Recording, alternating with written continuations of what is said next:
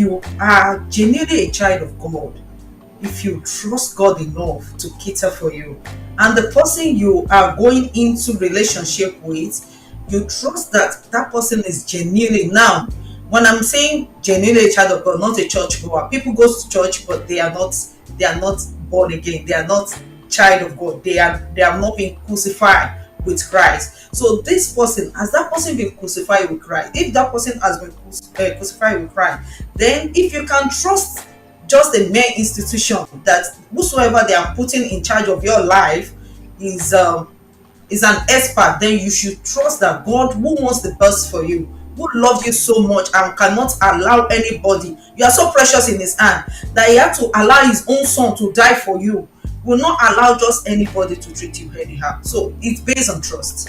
The Bible says we should be legal before God and man. The most important thing here is to be legal before God, and then you have to be legal before man.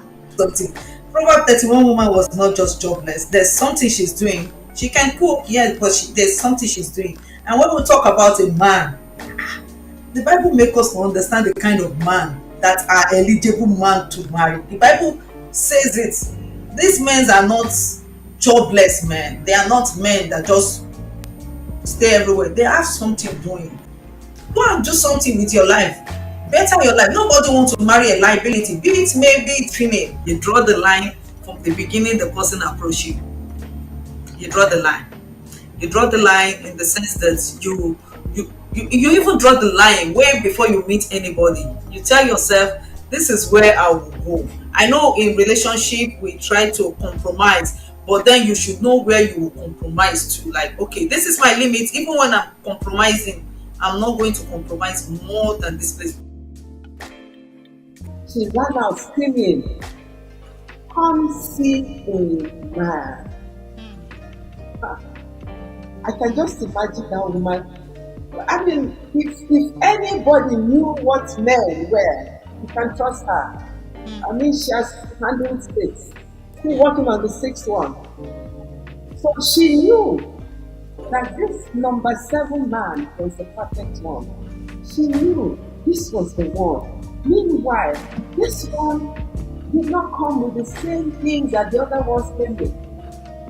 He was different. He wasn't asking for what those ones were asking for. He didn't come in the nature and the form of those ones, even though he looked like another man, but he was a special man. How did she feel? What made her feel that this could be the one? Because she went out telling people, "Come see a man. Don't you think he's the one? Don't you think he's the one we'll be waiting for? Don't you think that's not?" Why? What happened? She had a conversation. She had an interaction with him. She saw a difference. So what am I talking about? The next thing you're looking out for is some kind of friendship, some kind of interaction. So now we know who we are. So what are you looking for? I'll just give us a few points just to guide us. Beloved, one thing we need to know, first of all, is that no two people are the same. You know why? Because he wants you to be the original. In looking out for who he is and for who she is, we must be mindful of what package we're looking at. We don't wed kids. If you look at the vows, we don't wed kids. That man, that woman, they must be in their right minds, because marriage, people think marriage is just to sign the register and make some vows. It is a covenant. Now that we've discovered ourselves, have we grown to that point of maturity? Have we grown to that point of, that stature that represents Jesus?